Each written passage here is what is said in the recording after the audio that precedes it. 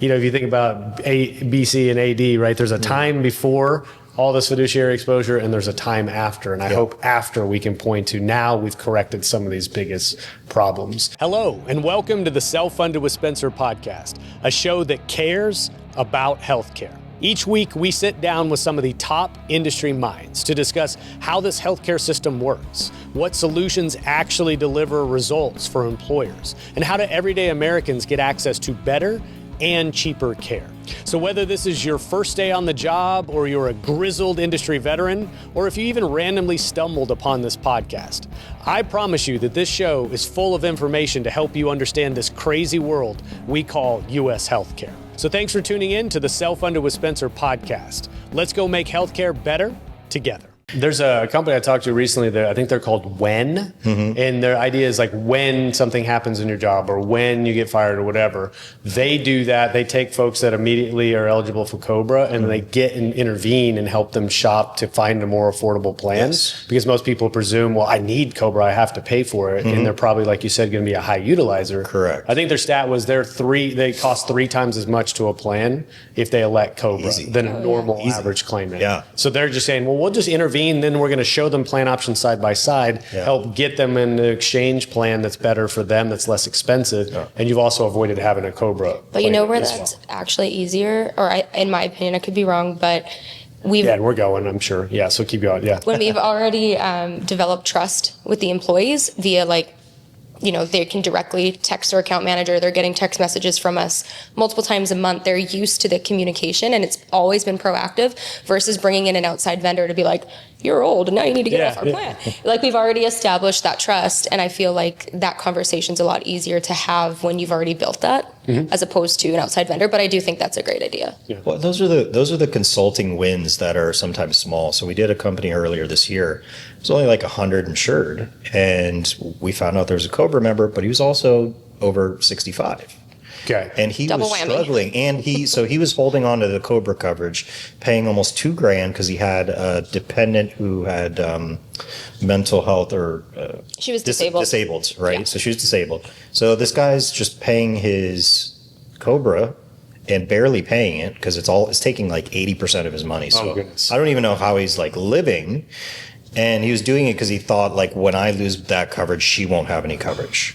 So we got him on Medicare, got her on an ACA plan.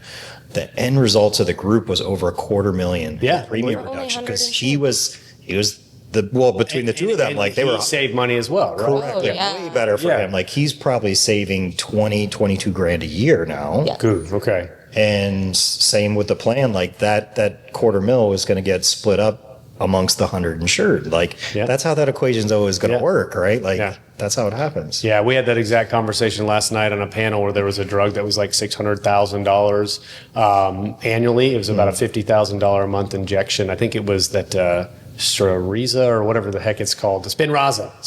Oh, that's a new one. I haven't had the pleasure. I don't even know what the condition was. We didn't get deep into that. But the point is that one individual was accounting for like 60% of the plan spend, and they were fully insured. And so we're just obviously showcasing, hey, what if we could source that medication more effectively? What if we could carve that? What if they're even eligible for PAP? Yeah. If you were to remove 60% of plan spend that was coming from one person, right now you're not thinking about the fact that that's being spread across everybody on your plan, and everybody else is subsidizing that one individual. That simple concept is so misunderstood or not understood at all by employers sometimes. Yeah. And you have to explain that when you're going through these claims examples, particularly with like network replacement, like, you understand like how that claim gets paid for. We're going to take that claim and divide it amongst your members. Yep. And they're paying for it. They're paying for it. Yeah. Well, so why don't we introduce you guys? I figured we should do that. And we were rolling, so I didn't get to ask, is it Ryckis or Ryckis? Ryckis. Okay. Yeah. Now, I should have asked that before. So I'm with Chelsea and Donovan Ryckis. Thanks, you guys, for coming down on part of your whirlwind national tour, right? That we're on right now? We're on the go. It's been a year. It's been a year. It's been a fun year, which is why I think we're going to have fun talking about this. You guys are doing some really cool things, not just the documentary, but what you're doing in your business. And so I appreciate you guys coming. I want to just say a chance to say hello. And I think hopefully we'll tell your story a little bit today, if you're okay with that. Let's do it. I think a lot of people probably want to know how y'all started working together, what it's like, husband and wife, and blah, blah, blah. But I would love if you guys, in your own words, just really quickly introduce yourselves, and then we'll get a little bit into your collective, but also individual bios. So Chelsea, we'll start with you. Okay, so Chelsea Ryckis, I am technically the president of Ethos Benefits, and essentially I'm going to be handling a lot of our operations, everything, customer service, client retention, and then quite a bit of the sales as well at Ethos Benefits. But Donovan and I have done I think a good job, we'll probably get into it later, of really dividing and conquering when it comes to how we manage the business. But my first interaction with the American healthcare system was when I had a brain injury in college. Okay. So I'm from Canada. I played collegiate softball, D1 at a small private school in Florida. And then my senior year was... You're like, I didn't know that. I was like, college athlete. Let's talk about this. Go. Yeah. And it was pretty amazing. I was accepted to med school. My senior year, I was the team captain. At that point in the year, I was leading in home runs, RBIs. It was like the dream story, right? Okay. Kind of felt like I was on top of the world. And then very quickly, it all changed. I was hit in the head after practice. A long toss ball cleared the fence and hit me in the side of the head. And then the next day, I was cleared to play.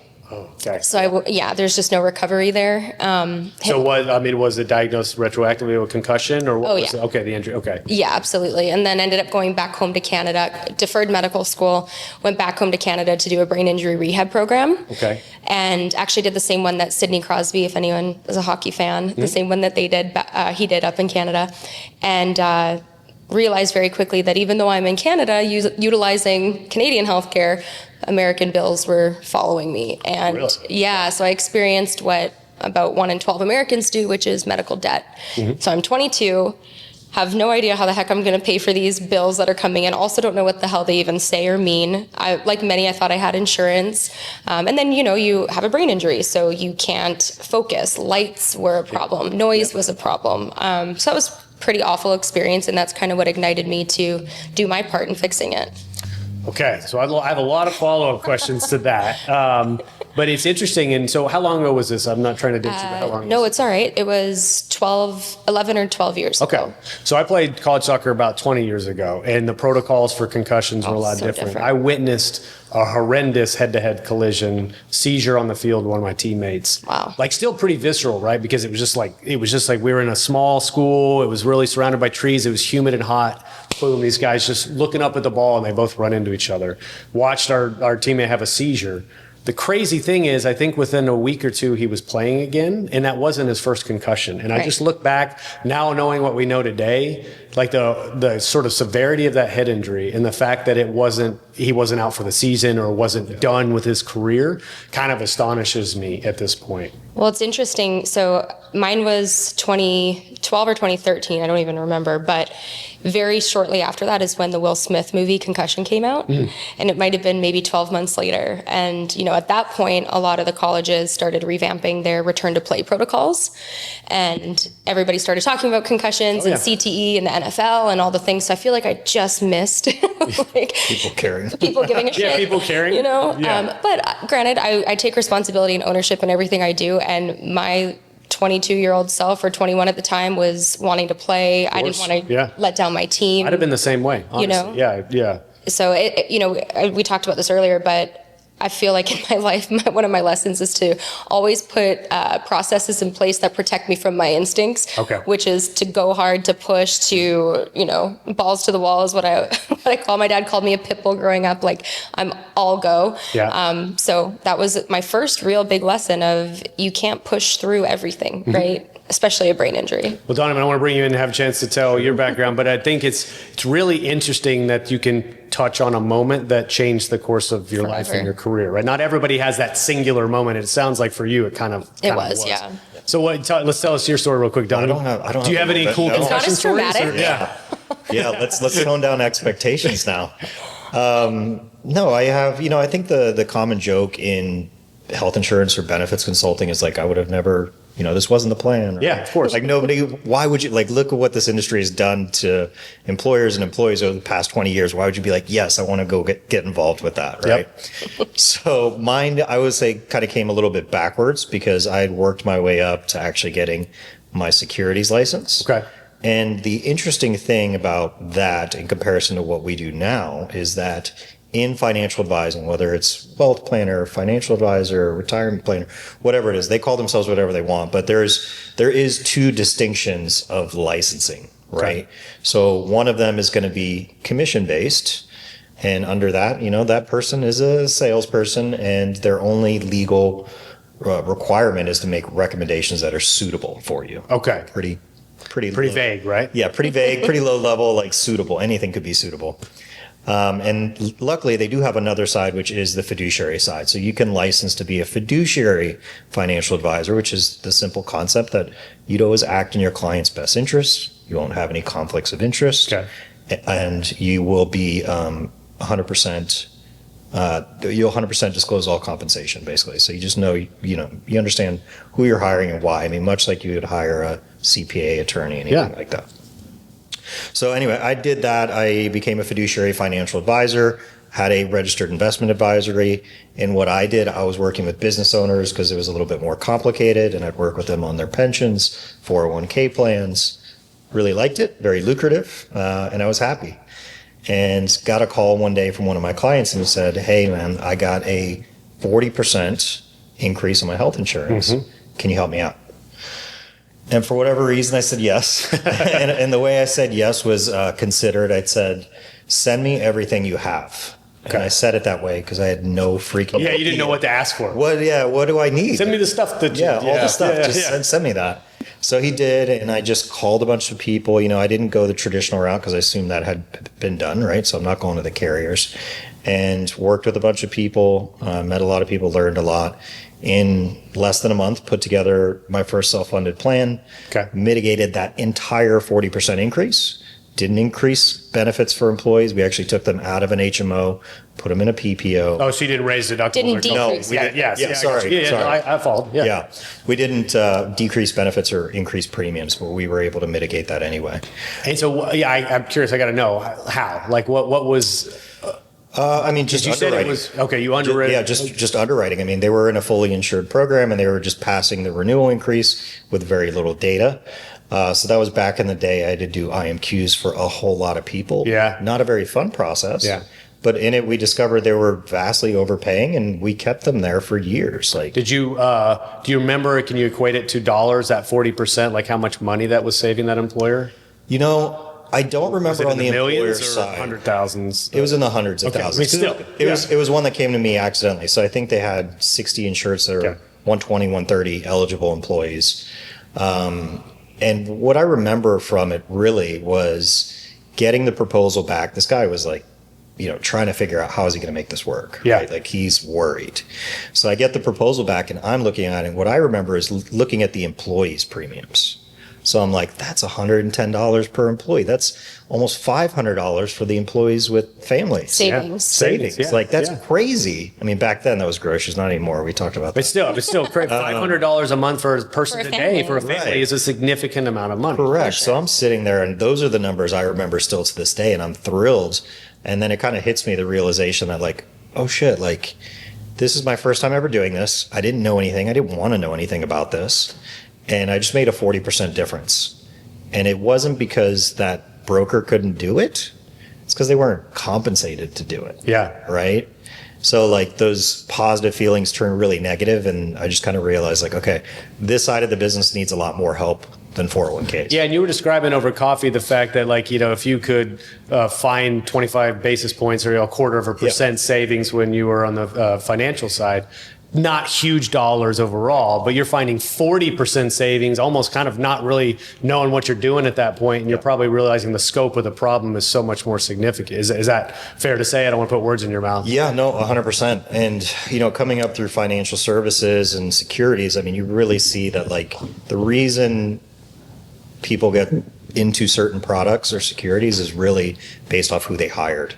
Okay. Right. So like you understand, and fair enough, right? Every business has to have their own business model. But I think when people are getting advice, they don't realize that maybe I'm working with somebody who has a business model and they're trying to fit me into that. Yep. Not so much what I'm telling them, which is like, I can't pay this 40% increase. Like I need you to find a way out. They're like, no, No, sorry. Pareto Health is the largest benefits captive in the United States. With nearly 3,000 captive members, 1.3 billion of stop-loss premium in force, and almost 1 million covered lives, no other benefits captive comes close to Pareto Health's scale. But it's not just about the numbers. Pareto Health is a mission-driven organization, and that mission has two distinct parts. Number one, to make self-insurance simple and more accessible for small to mid-sized employers. And number two, to arm them with the most powerful cost management tools on the market. So if you're an employer frustrated with your healthcare outcomes, or you're a benefits consultant looking for an alternative to the status quo, it's time to consider Pareto Health. Pareto Health, where employers come to do self-insurance right, to do it easily, and to do it at scale. Well, so you guys have interesting genesis stories on your own to getting into healthcare, but this doesn't lead us into how you get into benefits, though. You had your introduction to healthcare on the consumer side. How did you get into benefits then, Chelsea? Well, I was working in nonprofit, so learned very quickly with the brain injury, which ultimately was post-concussion syndrome, that I wasn't going back to med school. So I couldn't play softball again too, right? No, my career was over. I had hopes of trying out for Team Canada. I definitely wouldn't have made it, but I wanted to at least try out. So that dream was cut short too, but ended up thinking like, well, let me see if I can save the world in a different way. And I thought corporate America and business was the enemy, so I went nonprofit. Okay. And I was fundraising for a couple different nonprofits, doing corporate fundraising. And I'll share a quick story. I was making about $30,000 a year, and I was raising a lot of money for this one particular nonprofit. And I went and asked for a $3,000 raise, and I gave a business plan for why I deserved $33,000 and how I was gonna, double what I raised last year. And they're like, "We'll send you a bonus check." I was like, "Amazing!" So I'm waiting, and then like a few months go by, nothing happens. So I inquire about it again, and they're like, "It's on its way." And it's in the mail, right? It's in the mail. Everything's in the mail. And it came, and it was $10. Jeez. $10. I don't mean to laugh, but that's ridiculous. Yeah, no, it was shitty. So I ended up quitting, and my main sponsor at the time was Colonial Life. And ended up becoming one of the youngest DGAs, district general agents, agency owners in the country for them, which is actually how I met Donovan. So I prospected him. Okay. And I remember actually to this day being at lunch and telling him all the amazing ways that I could handle the employee engagement and the enrollments and the technology and all the things. And, I'm just blabbing away, and I never get nervous, especially, I just don't. Like, I love being in the hot seat. I love, a chance to prove myself. And around him, I was like sweating. Like, I remember being like, why am I so freaking nervous right now? And then later he told me, he's like, "You had the sale 5 minutes in. I've never met anybody that gives a shit as much as you do." Yeah. Like, but long story short, he ended up actually giving me a frame for that $10 check that is in my office now. I kept the check, never cashed it. Good move. But after working with him through Colonial Life, he eventually asked me to become a partner because it was working so well. And I jumped over to the independent world, which was really important to me because seeing all the misalignments that existed. And when you say the independent world, independent what? Carrier agnostic. Not being capped. Not being capped. Yeah. And something that was really intriguing was, his founding story has a lot to do with the term fiduciary. So literally he was able to do what he did because he just acted as a fiduciary on behalf of the employer, right? And I remember when we first started working together, he kept saying, we're on the brink of a bunch of health plan lawsuits. And this is 2016 or maybe 2017. Yeah. And thinking, wow, okay. And he's like, we're going to design our entire agency around this concept. We will be the exact opposite of the way everybody else has done it, because obviously that's not working. And we together started a scratch agency with these fundamental principles, which now fiduciary is a buzzword, but at the time it was quite, I don't know, what you call it, leading edge? It's not like an overstatement to say you guys are well ahead of the curve on that. Right. What was the recognition, though? How did you have the crystal ball that you had to know that this was coming? Well, I mean, part of what I was doing with the 401k plans was, lowering those expense ratios, showing them lawsuits. That's, people are going to either make a move for price or fear of litigation or legislative change or whatever. So I'd kind of show them a little bit of both. Okay. Like, we can lower the costs. Here's what it would mean over like a 10, 20-year career. That's good. But also, like, here's some problems with your plan documents. But again, to like what we talked about, a quarter of 1%, right? Like, not setting the world on fire. So just realizing, I mean, it seems so simple, right? Like they're both employee dollars. So I had the 401k. I know how many people I have participating, and I know how much money is going in at the end of the year. And then I see the healthcare plan. There's more people participating, and they're putting more of their dollars in the healthcare plan than in the 401k. Yep. So it's like, all right, if these are both employee dollars, but there's 40% waste here, and there's 1/4% here, it was like, people are not paying attention. I mean, this could be an episode on its own, but like, how did we get to a point where nobody's paying attention to one of the biggest line items on their P&L? Like, I mean, that's like I said, we could spend the whole podcast talking about it. But it's insane to me. We were talking Chris Hamilton earlier. He was on the commercial banking side, and I think he got introduced to healthcare, and he looked at it and go like, "That's how you're managing this stuff? Like, you're telling me you don't really do anything other than whatever your broker says your renewal is supposed to be, and you're spending millions of dollars on this?" Kind of same recognition, like, "Oh, I can go do something better." But how did we get into that mess in the first place, you think? Like, well, I mean, the first thing that surprised me doing it was like, that first client send me everything you have. I'm imagining a bunch of stuff. I'm working with securities. Yeah. Like you can get all the information. You could pop more information than you want on whatever investment or stock you're working with. So I'm imagining I'm going to get this big data packet. And I realized that 40% renewal increase was summarized on one page. There was no data, there was no claims, there's no justification. It's literally like 2 sentences. Did it even have the loss ratio on it? No, That's nothing. crazy. Nothing. So I was like, that's crazy. Like, that's how this works. Like, that's weird.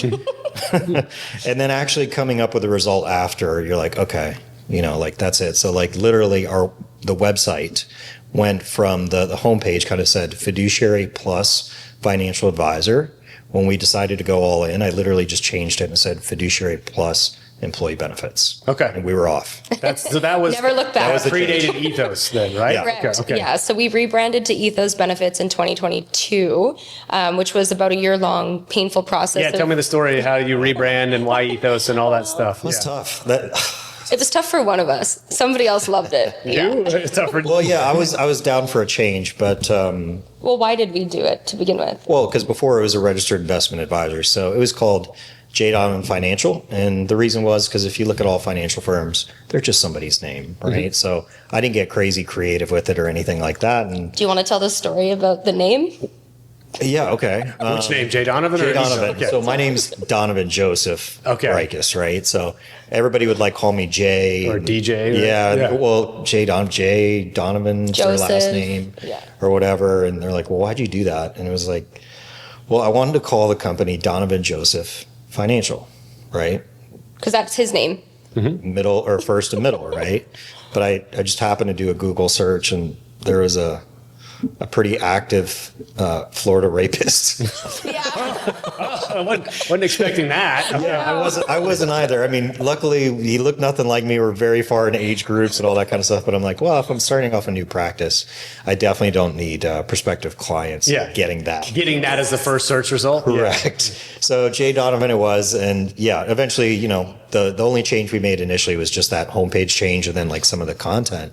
We're like, hey, this same concept is going to work. And then we finally did the rebranding. Ethos. And so Ethos, I think I probably have a guess of like ultimately what the Ethos name means, but I'd like to hear from you guys why you landed on that name. So ethos is the guiding character or principle of an organization or a person. Ours has been since day one with Donovan's background, just transparency. Okay. And before, again, it was a buzzword. We were going in and we were talking to these groups all over the country, and we ended up growing very quickly in the first few years and acquiring a lot of business and around the country. And what we were realizing was the J. Donovan Financial, number one, it was a little bit confusing because it kind of sounded retirement, but it also sounded regional, right? And it didn't necessarily encompass this belief that we have that if you follow the incentives, you will always get to the root cause of inflation in healthcare. So essentially, our ethos was transparency, doing the right thing at all costs, being a fiduciary, and we just wanted our practice to more reflect our actual values. Okay. So we went through an entire values proposition, like a year-long process. Okay. And Did you work with an outside marketing firm? Okay. Yeah, and coming up with the new name was was very difficult. And I mean, we would sit through, it was difficult. The whole process was difficult for Donovan.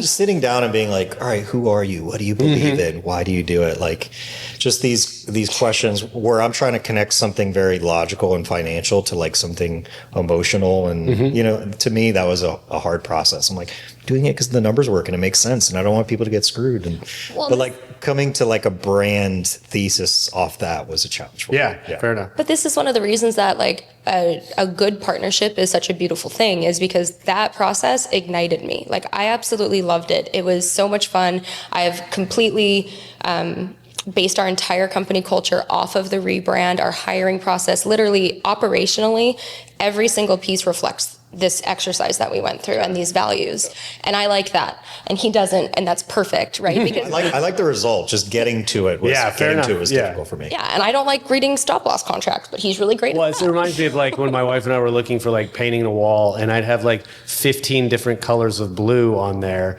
And eventually, like, I trust her and said, oh, that looks exactly the same as the other ones, but put it on the wall. And I go, oh, that looks great. But the process of getting there to find that color to me was mind-numbing, because there was just so many colors that looked they're blue, right? Yeah. And at the end of the day, my dumb mind just thinks it's blue. But at the end, you come up with, oh, that looks beautiful, and now I understand. I just didn't enjoy the process to get there. Yes. And it really resonates with people. I mean, we've been on a conference tour, if you will, and I've had a lot of people come up and say, Ethos, that's such a cool name. Like it is a cool name, yeah. Right? Yeah. Sometimes people think we're Ethos Life Insurance, which we are not. I didn't know there was an Ethos Life Insurance. It's relatively new. But they're big. Did they copy you guys or what? It was like the same time. Same time. Okay, cool. Well, so ethos, like, what is your ethos as an organization? You mentioned fiduciary responsibility, transparency, doing the right thing. Like, do you have a marketing tagline or anything? Yeah, like, it's a fiduciary approach to meaningful benefits. Okay. But I think our number one value in our agency, and this is how we hire, this is how we acquire clients, absolutely everything is around this. It's called being consistently excellent, but really what that means is being up to something bigger. And if something can be done better at any point in time, it's going to be done better now. Okay. Like, we're not going to wait until next year to implement a new software or a new idea or a new vendor. You know, like, if something can be done better, we're going to do it better, and we're going to do it quickly.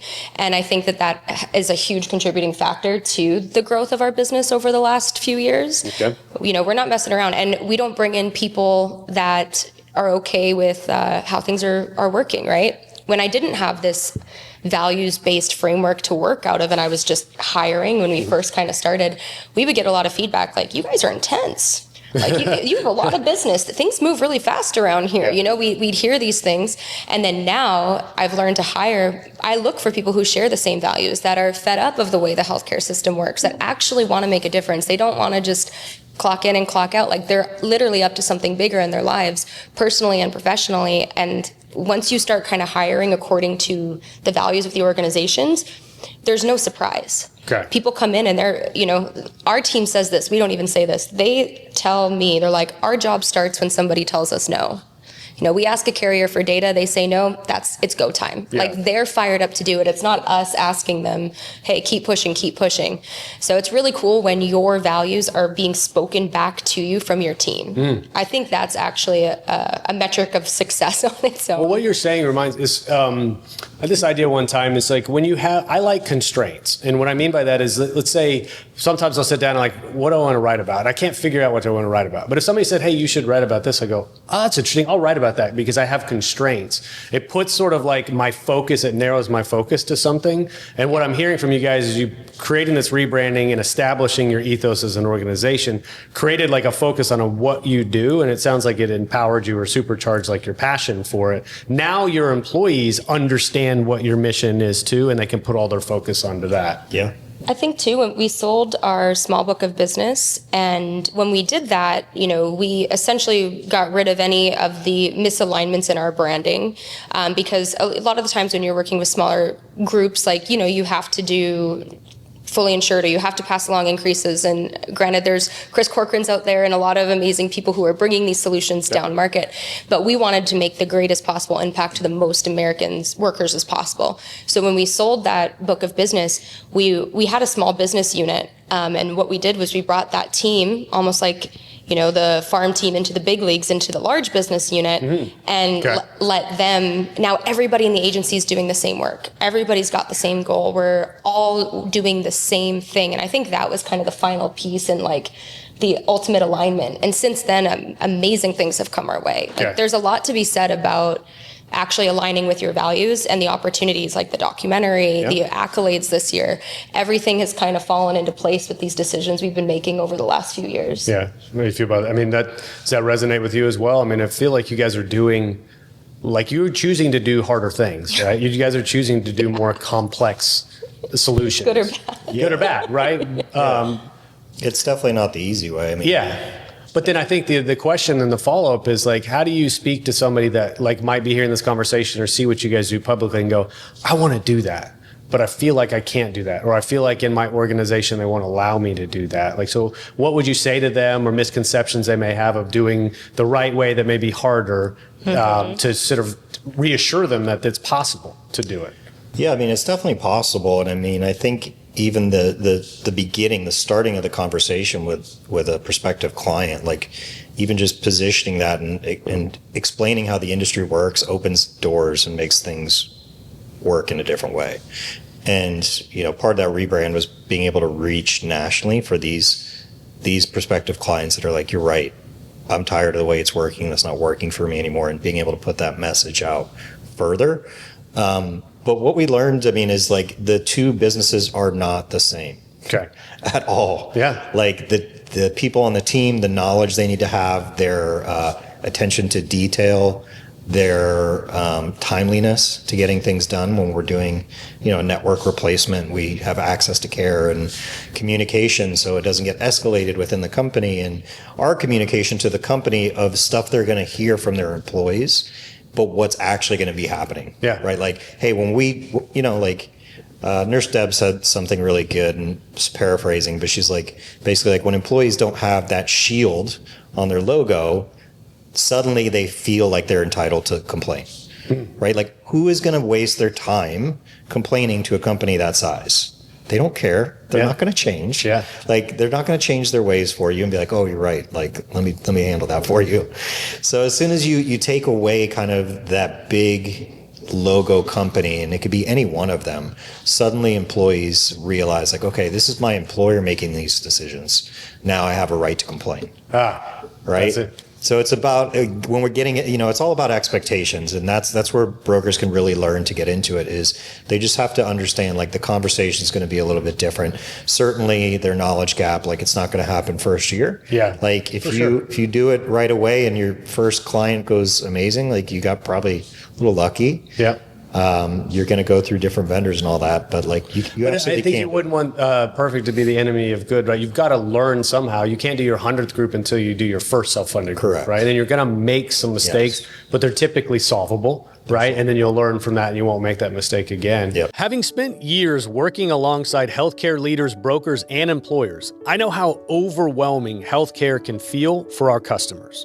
We've all been there. Those renewal conversations that never seem to get easier. Rising pharmacy costs and medical costs, and no real transparency into where healthcare dollars are going. That's why I'm excited about Nomi Health. They're not just fixing the old system.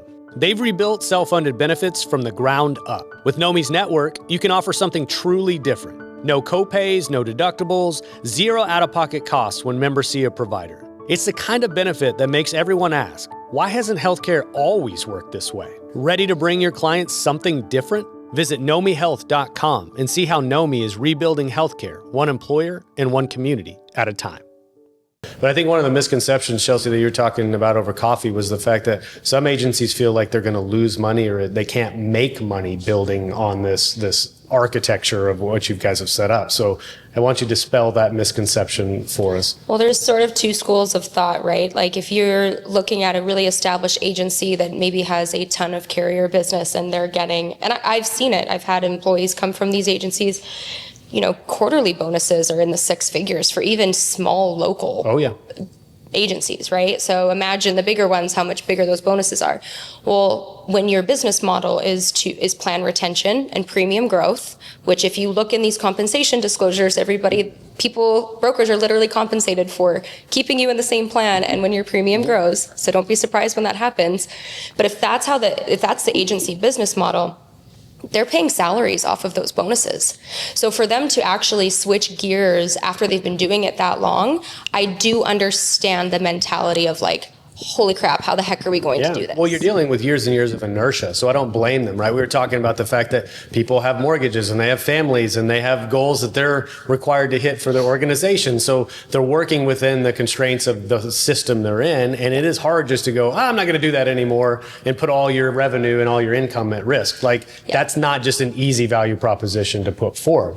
But so you're saying, no, it still can be done, right? And so how would you position that so there isn't as much concern of moving more towards that model? And maybe it's done over time, but still can be done. Absolutely can be done. And where I think the two biggest factors is, number one, leadership needs to be behind it because operational changes need to be made. Okay. You can't expect somebody who manages, let's say, $500,000 in fully insured business to even manage $250,000 of unbundled, self-funded, reference-based pricing business. Like, it is a complete. Are you talking about number of lives then? I was talking about revenue. Revenue, okay. Yeah, revenue to the agency, or size of book of business. So operationally, there needs to be a lot of programs put in place that never even existed on the fully insured side, never mind the training that's going to go in. So that's why I say leadership has to make a decision like this. We want to do the right thing. And sometimes, not to say that self-funding is right for every single client. Of course it's not. But we want to be able to offer these solutions and offer them well. I think the leadership team makes a decision on that. They educate themselves, and then they don't overburden their employees with too much business, and they put them through the necessary training. And here's what's really interesting. The first couple years that you commit to this, sure, you may not make as much money as you did just placing your book of business. But the retention that comes from this type of business is incredible. And then also we talked about when you're doing this amount of work, you can charge for it. Like, Donovan was sharing with you earlier, we'll come in at the same compensation if we're taking group fully insured to self-funded. We'll come in right where they were so that they don't feel shocked, but we'll add so much value that the next year, asking for $10, $15 more per employee per month, it's an absolute no-brainer because we've shown value. So. Well, because you align the incentives to you get a mutually beneficial outcome, right? Exactly. So it's a lot easier to come and say, hey, we saved you $500,000. I need $10 PEPM. And it's not, I need it, but it's a way you reward somebody for a job well done, and you delivered maximum value to them as a result. So I'm a capitalist. Why wouldn't somebody be compensated based on performance, just like athletes are compensated on performance, right? Yeah. And so I don't think it's unfair, but it's still a new model for most employers to even think, one, I'm paying you a flat fee. I didn't know what you were being paid before, but now you want X amount and I need to pay you for that. Okay. Right. And then you go, well, now you were asking for a raise, but it's like, here's because I have done this for you. Right. And I think it could be dangerous. Like, I know a lot of advisors do it differently. Some of them structure that in the beginning and try and do like a performance-based percentage of savings. And we've played with it and we've offered it. And the only reason we haven't been pushing towards it is anytime we've asked for a raise, whatever we've asked for, it's been a sure. Yeah. Okay. Right. So like we've never gotten the slightest bit of pushback. So I feel comfortable coming in, providing the value, and then asking for what's fair later. Because, regardless of what the percentage of savings is, I can't repeat that 2-3 years. Of course, you can only do 30% the first year, and then that's what we'll talk to folks, and we'll talk about potential savings with the captive and stuff. And then it's like, by the way, we'll never drive your cost to zero. So let's not make that an expectation that will fix everything, right? Correct. So there's diminishing returns over time naturally that just occur. But I'm thinking about when you set up an arrangement that does put fees at risk, either up and downside, where you could potentially make less if it underperforms.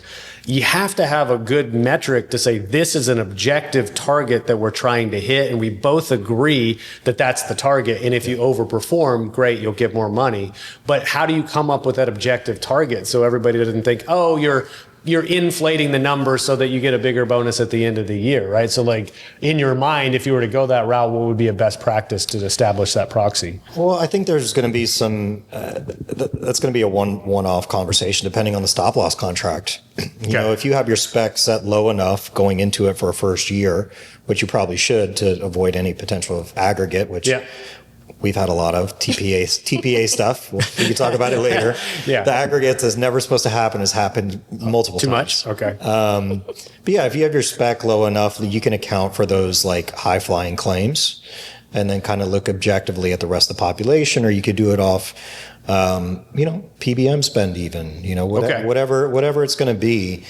But like you said, if what you're doing right now works, right, and you are over delivering and you've never had somebody object to a raise, I think why mess with that, right? It's clean, it's easy, and because I mean the other side of that. So say the part I've been having a hard time with. So let's say I go in the first year and I say, okay, we're going to change that percentage of commission to a PEPM. Here's what it is. We're going to work off that this first year. And then let's say we want 10% of savings or whatever it is. Okay, that's great for us for the first year. But then how are we structuring compensation the next year? Right? So if we're going to do the right things for the client, you know, talking about the diminishing returns, like we save you 30%, it takes just as much work to keep you flat the next year, right? Same work we're going to have to do.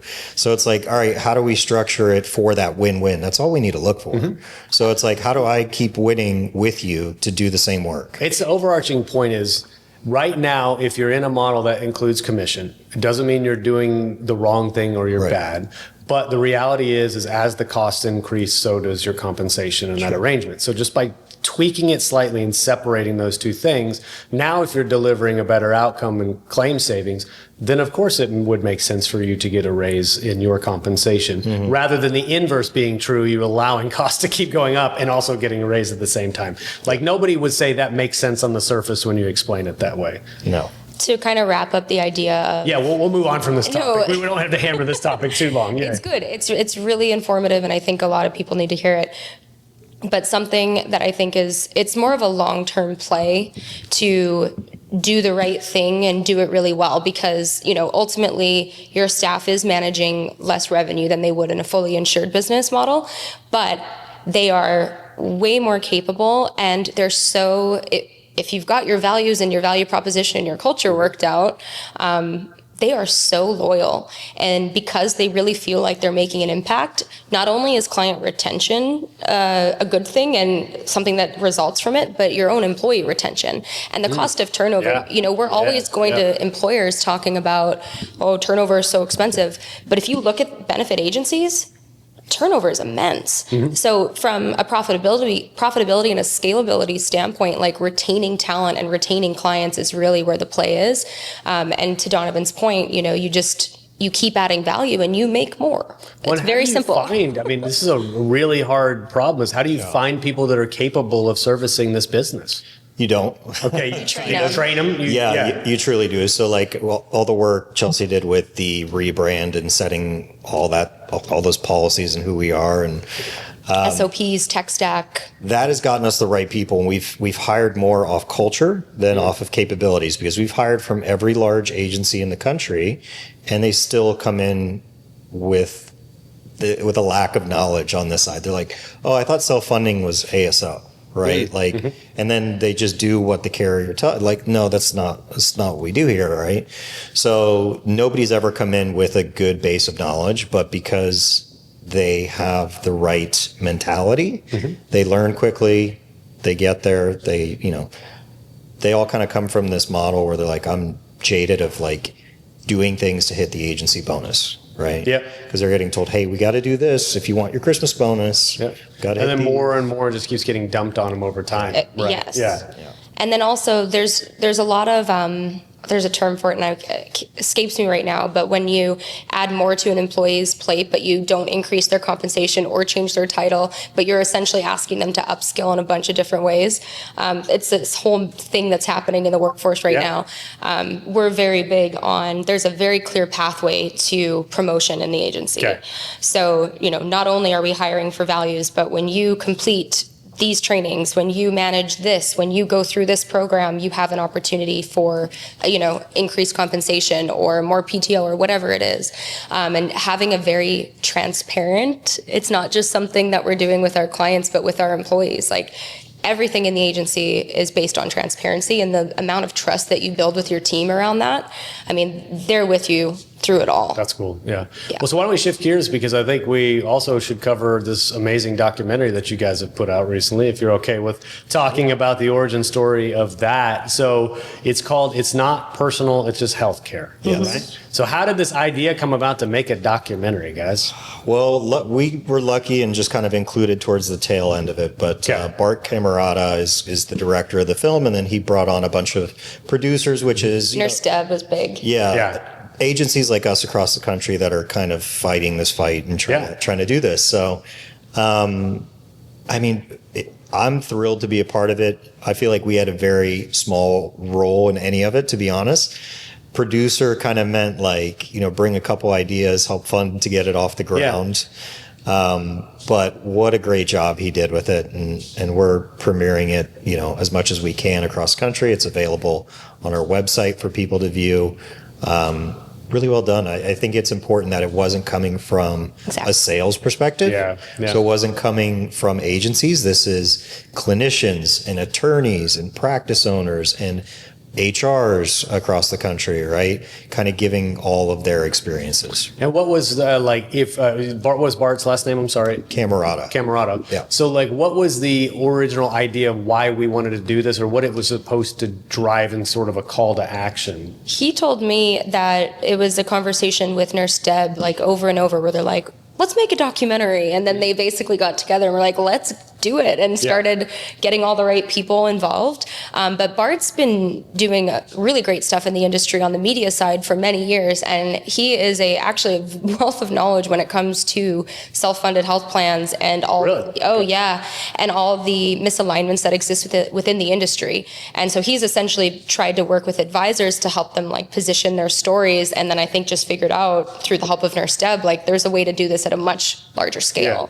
And ultimately that's the goal, right? It's not about us. It's not about Ethos. It's not about the other producers. It's about getting this message to as many decision makers as possible. And what better way to do that than through an educational film? Well, what I liked about it was educational, and I'm not saying it because you guys are sitting here, but it was really, really well done. It is. Yeah. And what I liked about it is that it was accessible even if you didn't understand healthcare, which I'm sure was the point or part of the way it was produced. And I've shared it with a couple colleagues. Nathaniel's watched it. And I like the idea that it's hey, I could come in to the table with really not a full understanding of the healthcare system and walk away somewhat transformed in my understanding of the problems. Doesn't necessarily mean I know I can go out now and fix it, but I know how it works and what it's doing to people. And I can move from there to go, okay, I want to figure out what I can do about that. And so there was this sense that there's a passion that came through, that it was a sense that you wanted to inspire people, I assume, or Bart or whoever ultimately was responsible for it, wanted to inspire people to come out the other side and go do something with it. Yeah, I think everybody knows that there's problems with the industry, but even on our side, on the consulting side or the broker side, if you will, I think over the years it's been presented as this big, complicated problem that's too complicated or scary to understand. And a lot of that is how we present data, right? So just this idea of hey, we all have an idea something's wrong. What are those things? What are the big drivers that are leading this industry to just kind of go in the wrong way from what we're looking for? And I think those are covered simply enough to where everybody that's watched it has been, usually pissed off first. Outraged. Anger is a great motivator, man. Get people pissed off. I was telling somebody the other day, so you guys, I told you I saw a heavy metal concert last night. Yep. I'm a Rage Against the Machine fan. They have a line that's subtly said in a song, Freedom, that says your anger is a gift. And I think with focus properly, being angry about something can be one of those emotions that actually drives people to go fix stuff, right? And you guys touched on, y'all captured anger. There's no doubt about that. ClaimDoc is a medical claim auditing and member advocacy company. We provide fiduciary services to employer-sponsored benefit plans and allowing them to create an environment where we ensure that the benefit plans are being charged in a fair and reasonable basis. My business is basically people, and it become a real simple transition. We thought it was going to be far more complex. I've saved, we'll say, hundreds of thousands of dollars. I could not say enough about ClaimDoc. I think another emotion that was captured, and I'm really happy it was for those that maybe didn't feel as emotionally compelled to take action, everybody else was very curious. So I noticed, and because we've done screenings now. Yeah, did you guys get to sit in and watch how the audience is reacting? Oh, yeah. Quite a few times. Yeah, cool. And it's cool because we would have our social media manager there going around taking videos of people's reactions or speaking to them after these events, asking them what they thought. And there's a very clear kind of pathway. People are either like really pissed off, had no idea, they're outraged, how can this be the truth? And then there's people who knew, like a lot of HRs and CFOs that like knew the system's a little messed up, didn't know that there was something they could do about it, but they're curious. And it's that curiosity that I think is the spark to the change. Anger or curiosity, like I don't care if you're mad or curious, just do something about it. Right? Like, and I think my hope with the documentary is that people will actually take action. Right? As opposed to just watch a film, move on with your life. Like, no, are you asking better? We always talk about this. Ask better questions. Like that, when you watch the documentary, like just go, even if you're going to work with the same person you've been working with forever, ask some different questions this year. Like, hey. Even asking the question, why is it that way? Like start there. I mean, I've got little kids I was telling you, so like they ask why all the time. And at some point you might get a little annoyed about it, but other times you're like, I'm really not sure why, right? Like you don't really think about the why, but I think why the system is set up this way is a really good question to ask, and or, okay, why are we doing it this way instead of this way? And if you open up that conversation, it might lead you down the path of a better strategy. But I don't think enough employers are asking, why are we being recommended this? Or why is this what you're bringing to the table? If they just asked why, they probably would get a better answer. And that's why the CAA of 2021 will have, in my opinion, the biggest impact on this industry since ACA, specifically the compensation disclosure piece. And all the other parts of the law are designed to get employers access to data for them to make better decisions. But there's a huge knowledge gap between them, actually knowing what to do with that data. But the piece that I think is super accessible is comp disclosures. Any service provider making more than $1,000 a year needs to disclose their compensation, indirect or direct. And I think that is... Didn't you guys blow something up on the screen you were telling me? Like it was like in fine print or something at a conference? It's a decent story. We pissed off some people. But... this happens sometimes. So tell me that story, Donovan. I mean, again, it's the simple questions. And I think that's what the documentary gets to, is asking some simple questions, because you wouldn't hire like a CPA that's going to get paid off a percentage of the taxes you pay. Right? That would be absurd. Could you imagine? Who the hell would do that? Like, no thanks, man. Same with an attorney. You wouldn't hire an attorney with conflicts of interest, right? So just getting to the bottom of that. And it's, again, this is not to say like the whole industry is nefarious. No. People are doing terrible things and commissions, like none of that, right? But like, I do think it is important, like if you wouldn't hire an employee and compensate them in a similar way, like let's just correct that. And you can stay with that same broker or consultant and just say like, hey, this is how I want to structure it going forward. Well, how often do you guys present your ideas and then they go, oh, that's really cool, thanks, and then they go back to their broker and try to get them to do it? Does that happen? Actually, just this past conference, I had a lady come up to me and say, so we spoke on fiduciary responsibility and basically the hidden liability of HR, and then I'd love for you to tell that compensation story after this, but she came up and was like, I got your book, I've downloaded your documentary, I sent it to my CFO, and I sent it to my broker. I was like, awesome. Very cool. Yeah. I hope he or she does well with it. Exactly. Larger the company, obviously the sales cycle and like the cycle to work with it, a new employer can sometimes get longer. But I'd say not that often. But to the compensation disclosure, we were just showing a couple that we had seen this year and like why they were insufficient. One just said like, hey, we do all these things. And there's like 3 columns of things that they do. And they said, we're going to get paid, 104. And I was like, well, that's not really accounting, is it? Not itemized. Not itemized, right? Like we're just one sum of money and we're going to do these things. I was like, that's kind of weird. But in both of the disclosures that we showed, basically in the fine print, it says, we're going to get basically a 0 to 3% bonus based on plan retention, premium growth. And those are the 2 things that like, you don't want to be forced to stay with a carrier because of that, right?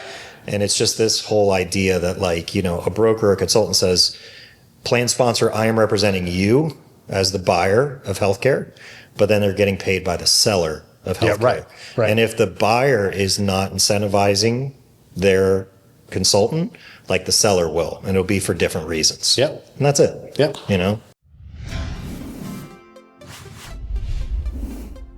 Chronic health issues, surprise out-of-network medical bills, inflated medical and prescription drug prices. These issues cost self-insured employers hundreds of millions of dollars every year. Add to this the rising cost of care and potential for waste across the life of a claim, and it's clear that self-insured employers need innovative solutions that lower their health plan spend. At Valence, we've done just that, developed innovation that shifts the current paradigm.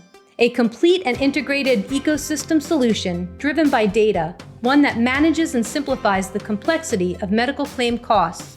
It is through analyzing millions of data points that we enable employers to realize and fuel cost-saving solutions. Valence experts come prepared from day one, targeting the fraction of claims that will drive the majority of health plan costs. That is how our team lives the Valence promise, engaging early and often for smarter, better, faster healthcare. Well, how has the documentary sort of helped your business, though? Because I assume it has created a massive amount of exposure. Yeah. And I'm sure maybe some influx or inbound interest of your services. So how has that had an impact?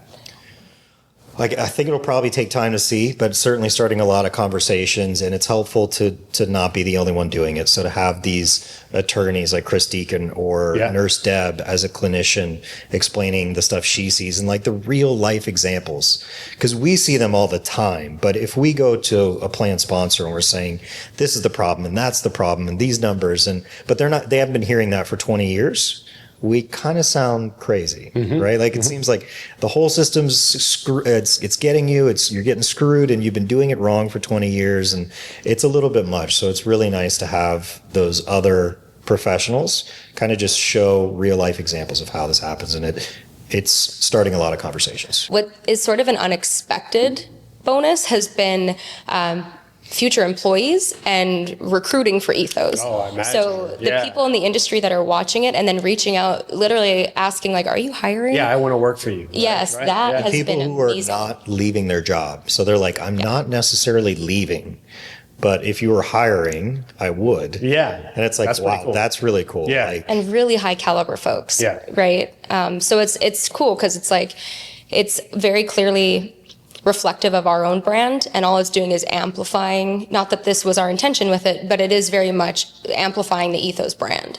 Well, what I think about it, and I think about it broadly as content that you create as well, anybody create, whether it's a podcast or social media content, it's one thing you guys have the credibility. What you know, like you guys are good at what you do.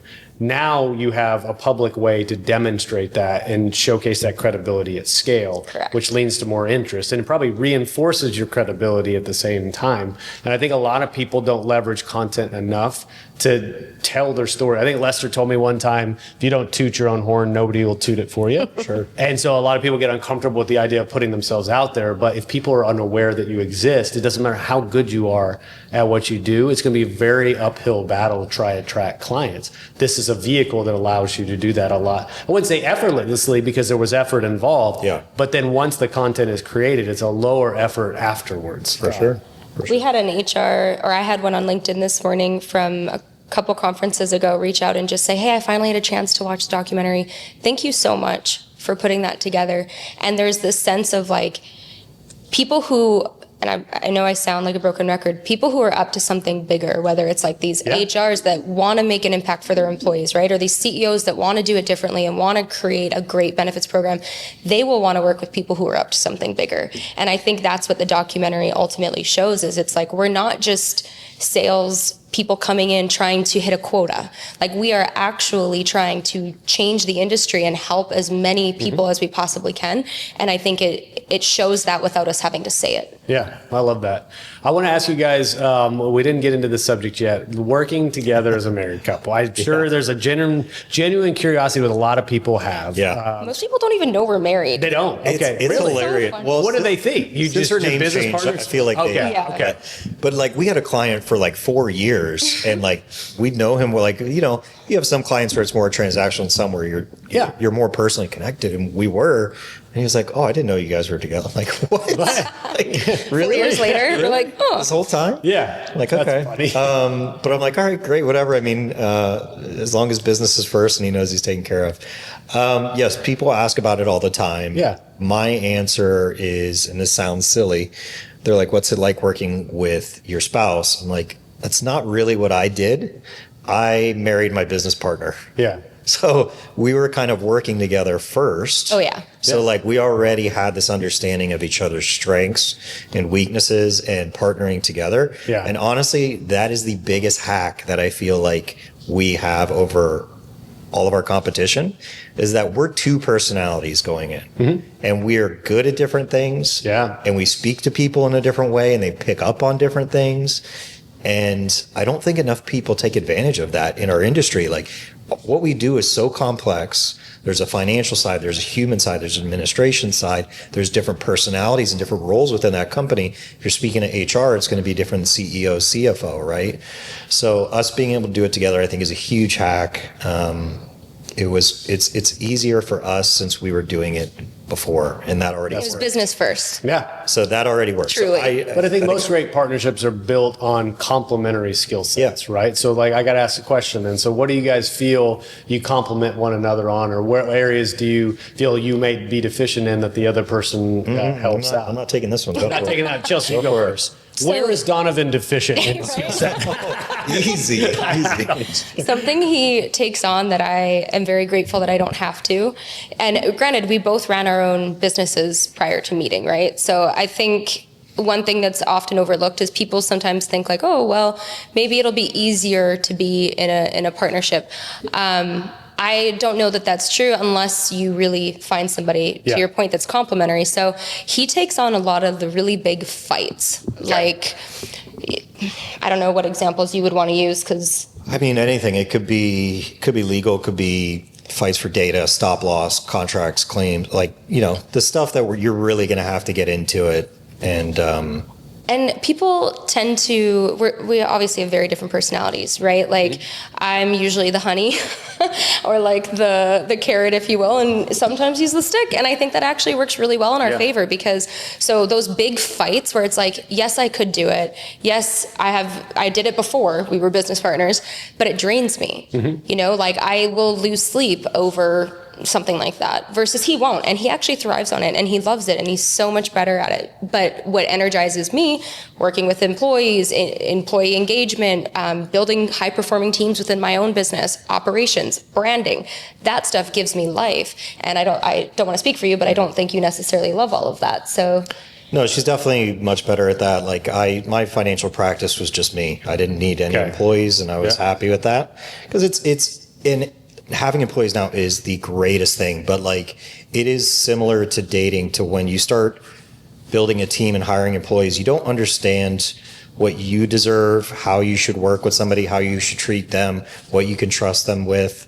You know what I mean? Like, it's this whole feeling out process of like understanding that employer-employee is a relationship that needs the exact same amount of work. Yeah. And you do it bad a couple times, and then you just want to be like, screw this, I'll be single. Right? like I'm just going to do this. And in my financial practice, that was okay. And I was doing incredibly well with it just being me. So for sure, all the stuff with the team has been great. And I think now they see us, and we've heard this in interviews and with our current team and with our current clients and prospects. They're like, wow, you guys are different. But it really works because they understand like we're kind of. Can y'all shut work off though? Because I mean, I'm curious. So what are the dinner table conversations at the end of the day? Yeah, I think I'm better at that than she is, because I'll be like, no. Yeah, like let's watch a baseball game. she'll whatever, you know. Like, head on the pillow, she'll be like talking about claims. I'm like, no. Yeah, it's hard. I mean, I think one of the great things is not necessarily shutting it off, but in finding the balance is with what we do, we're going after the same thing passionately, and then we get to take these trips together, right? So we did Orlando, Nashville, here in Dallas, right? So we try to add a little something for us on each trip, something we can do. Yeah, that's right. cool. Dinners, events, whatever. Like we get to do a little bit of travel, and that's where we get to kind of balance things. Yeah. Something I've noticed, and I've heard the employees say it, they're like, well, I told Donovan, so I thought that would have gotten back to you or something, right? Like about a situation. And I'm like, no, that's not actually how it works at all. Like they're often pretty surprised that we don't tell each other absolutely everything. Yeah. But what a waste of time that would be, right? Like the whole point of a partnership is like you go kick ass at what you kick ass at. He's going to do it on this side. And then whatever we need to tell each other, we will. But I used to make the mistake of constantly kind of oversharing. And I think, you know, what was going on in my lane, as opposed to now that it's a lot more strategic. Like maybe 1 hour a week I'll meet and I'll catch him up on what's going on my side. He'll catch me up on his side. And we're so much more productive. And I think there's a lot to just in business and relationships in general, like professional development, like how, okay, we got to this level in business and we're really, really proud of it, but how do we level up to this next level? I can guarantee you it's not wasting each other's time. Okay. Right? And it's this mindset of the best use of each of our times and separating and not bringing each other down ever, right? Whatever that looks like. And it's a lot of work, just like marriage in general. We'll move on from this conversation because I wanted to keep you guys feeling like you're like in this couples counseling thing. I wonder, is there like any advice for folks that might be considering working with their spouse or find themselves working with their spouse for the first time? What advice would you share with them? I think exactly to the point Chelsea was talking about, like divide your duties and then like trust the other person. Because like think how much it would wear on you if it's like, well, you should have done this, should have done it this way. You know what I mean? So until we say like, hey, I could use help here, like tap me in, we completely stay out. And if we want to talk about it after, talk about the next time, we can do that. Okay. But like understanding and trusting, one, that you're not going to be like trying to grab the same task in the business at the same time and then kind of fighting for it. And then understanding like, all right, I'm doing this, you're doing this, and we're gonna do it. Yeah. You know, and if it is a situation where we feel like we need help or assistance, we just ask for it. Communicate. And that's fine. Yeah. What about you? What would you say? This is going to sound really silly, but visuals have always really helped me in business, and just in professional and personal development and living the life and being the person that I want to be. And one of these visuals I have with our partnership that is really kind of transformed is it's always us as a united front. And I picture us shoulder to shoulder and literally like reaching back to our team, to prospects, to clients. And I'm like, hey, do you guys want to come on this journey of changing the American healthcare system with us? And it's not, you know, Donovan doing this and me doing this. It's us as a united front. And we're just inviting everyone along this calling that we've been called to do. Right. That's cool. And yeah, I know it sounds really fluffy, but it always reminds me like, we're on the same team, right? We're fighting the same fight. We are doing this for each other, for our future family. Like, why else would you do that? And then the other piece of advice I'd have, besides a little visualization and being aimed at the same thing, is don't just get into business with your spouse because they're your spouse. Yeah. Like, I think that's a recipe for disaster. You know, like they actually need to bring value, and so do you. And both of you need to be experts in your respective areas. Because if you just get into business with your spouse, there's going to be, and they're not, there'll be a lack of trust. Yeah. And then that's what Donovan was talking about. Well, what about this and this? And then that's a recipe for disaster. Okay. Well, I think the advice I'm hearing is marry your business partner, right? That's what I'm hearing.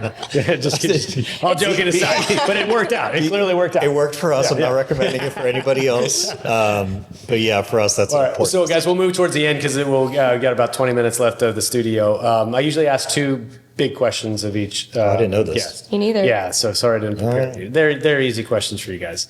But the first one is like big picture of healthcare. So let's zoom out from Ethos. Let's zoom out from the documentary. Let's look at healthcare at large. And let's talk about kind of what you envision some of the imminent changes or what healthcare may look like in the next few years. Like what are those changes or what do you think it? Well, I'll go first. I can go first. I imagine there's something about fiduciary responsibility. Yeah. Well, I mean, I'd say it's taken too long to get here. I mean, 10 years ago, I was like, this is going to start happening, and it's taken a long time. And I think that'll continue to happen where it's like, for us, it's like, it's too damn slow, right? So I think the good thing that's happened is like, the CAA gave employers, this is like the bare minimum you should do to be a prudent fiduciary, right? And those 3 provisions. So I think that's going to continue to develop and help employers start getting to the right decisions. But I think it's going to take a long time. And in the meantime, employer lawsuits over healthcare are going to escalate. I think next year we're just going to see a flood of them, and every company that gets one is going to deserve it. Yeah. And hopefully that gets them to pay more attention to. Do you think we're really truly at a watershed moment with this? Like what you've been waiting for the last 10 years? Yeah, for sure. As soon as we see some traction on these first couple cases, all law firm. I mean, the crazy thing about this is it's all public information. Like you can access all this information. Yeah. So like the fact that like all these other law firms across the country are going to see the success in these cases, but then also understanding that a 5,500 for any company is 3 clicks away. And then you can see, you could use tools like Zywave to track, hey, show me the companies in the state with the most outrageous premium growth year over year, the highest commissions, whatever it is, right? And you can use this to just find these cases. It's gonna.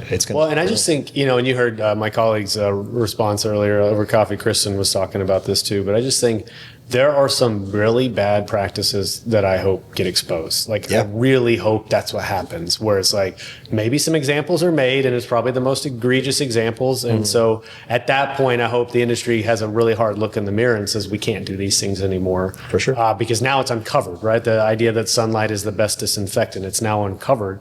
And hopefully that'll be like a time on this, if you think about BC and AD, right? There's a time before all this fiduciary exposure, and there's a time after. And I hope after we can point to now we've corrected some of these biggest problems. So what would be your response to that question?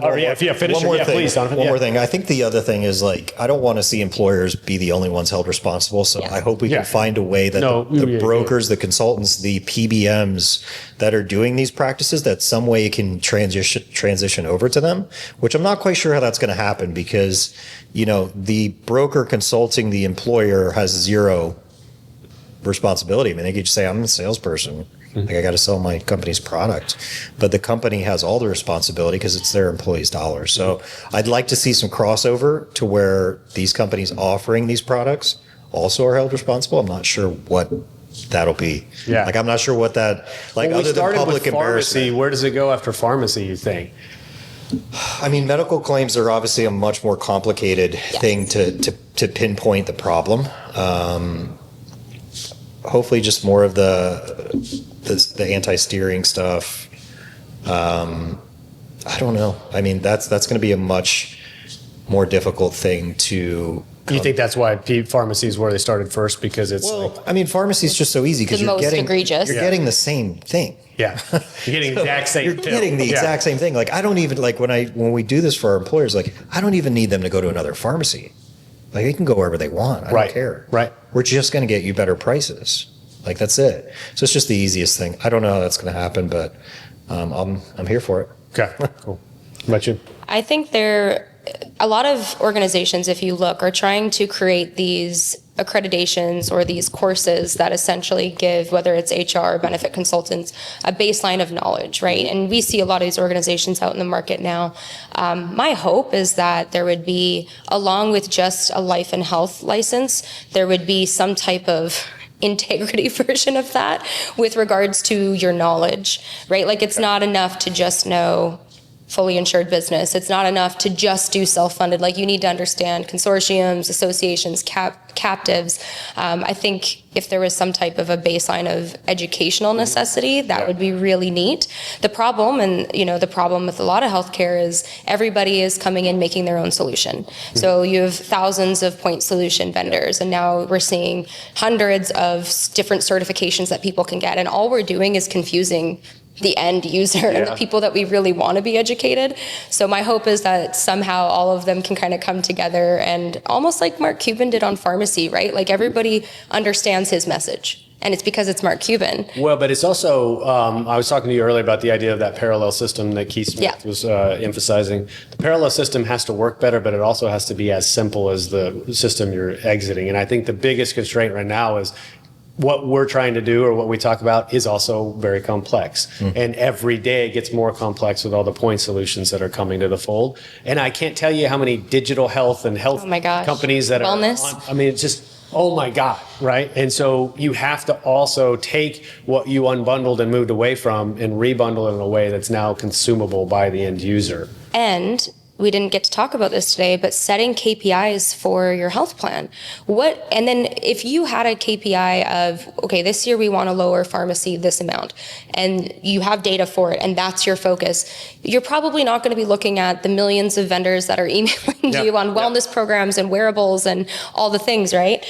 Like having a clear focus of what does success look like this year. And the beautiful thing about these unbundled self-funded programs is every year we can focus on something different because we have the data, right? So yeah, it's tough to cut through the noise. And I think that's where the incentives come. Just work with somebody that actually gives only cares about your best interest. I was going to cuss again. I'm trying to cuss less, but only cares about you, right? That's your KPI. That's my KPI is don't swear as much in public. But Controversial idea, but like, why can't we have the same thing we have in securities? Okay. To where we have a fiduciary employee benefits consultant, like a separate, that is a legal requirement when you get that license. Yep. You're not taking commissions anymore. Like, well, if you listen to, you guys know Hugh O'Toole of Innovu? Yeah, you listen to him talk because he went through the securities, whatever that, overhauled. 65. Yeah. 66. So he was essentially saying that's exactly what's happening right now in benefits. So I think your question, the answer is, why not? We can't. Well, of course we should, and even, this probably should be a thing. I don't know if there's anything that's stopping us, but I think as your role as consultants evolve, that's going to be now a really big emphasis that's under your purview. And I think every broker and consultant should be now arming themselves and informing themselves to be able to act in that way. Right. Whether it's official stamp on your license or not, you should be conducting your business in that way. And again, all consultants should get paid regardless, whatever for the work they do. It's of course it's about, yes. It's just about putting it together in a way that makes sense. Okay. Like, why not? Well, so I told you there's two questions. The last question is an easy question, right? Depending on what you want your answer to be. But I usually just ask for closing thoughts, right? So like whether that's summarizing the episode, one main point you want people to leave with, like what would you want to say to the audience before we go? I'll come to you first, Chelsea. Looks like you have an idea. Sure. For the consultants listening, it's possible to do really well doing good business. Okay. You can do well doing well. I know it sounds kind of silly, but the more conferences I go to, the more conversations I overhear, the more misaligned incentives are so prevalent in the way that consultants are approaching their clients. And I just want to clear out any myth. Like, you can have a very lucrative life by doing the right thing. And then to employers, change is not as hard as you think it is. It really isn't. If you have the right partner and the incentives are aligned, there's this massive lie, and that's essentially what the entire documentary is about, right? That it's impossible to fix your healthcare, and it's not. And it's not as hard as you think it is. And it's all, if you follow the money, just like you do in every other part of your business, you can find real change. Well, that's what I think I want to touch on your second point. This is something we, being in the captive space, we have to deal with a lot is like, it's somewhat novel to most of the employers that we introduce. They think they can't be self-funded. And then you start to get into the sheer numbers of clients we have and the volume, and it provides the reassurance that it can be done. And then we often will let them kind of sit and hear from other employers who've done it. And it's like, oh, that manufacturing company did this, or this 60 Life, I don't know, staffing agency or whatever it may be. They did it. Well, why can't we do it? So that reassurance that comes with experience and a track record of success then shows them that there is a path to do it. And if they've done it, why can't we do it as well? So what would be your closing thoughts, Mr. Ryckis? I think something similar. I think to the point, like, it's not as hard as it seems. Ask better questions, just simple ones. And I think creating win-wins really gets to that point. So whether you're on the advising side or an employer, like, just restructuring something a little bit different so both sides are winning. If you're an advisor, you get to start conversations that maybe your competition isn't, because you're presenting it to this prospective employer in a different way. And by the way, if you don't do it, I'm going to come in and do it after. Yeah. So like, you might as well, like, and it brings everybody back down to earth and puts the advice on the same side of the table, right? It should be advisor, employer against rising healthcare costs. So just looking for little ways to create that win-win, and wherever you're starting, don't go jump off the deep end and go network replacement, but like finding ways to create that win-win, and then finding a progression that you can put the employer through and say, hey, instead of just doing this year to year, let's come up with a 3 to 5 year business plan. Yep. And this is how we're going to start. Yeah. And then we're going to look at this. So find a win-win. Cool. Very cool. Well, guys, I told you this over coffee, but yeah, one of the things I wish you guys obviously success, but like I wish there were 1,000 folks like you doing the same things, and I'm sure a lot of them are out there. They're not always on my radar, but like I think you guys are setting the precedent for what is the right way to do things, and that you can live well and do good things simultaneously. And so I hope for the folks that listen, it might stimulate that idea or inspire in them that they can do the same thing. And so I appreciate you guys making the effort to come down, and it's been a lot of fun getting to know you. And looks like we might have a little Tom Broker skit to shoot after this. So Dun, dun, dun. I'm sure it'll come out before the episode. But let's go have some fun. But I appreciate your time very much, guys. Thank you. Thank you. All right.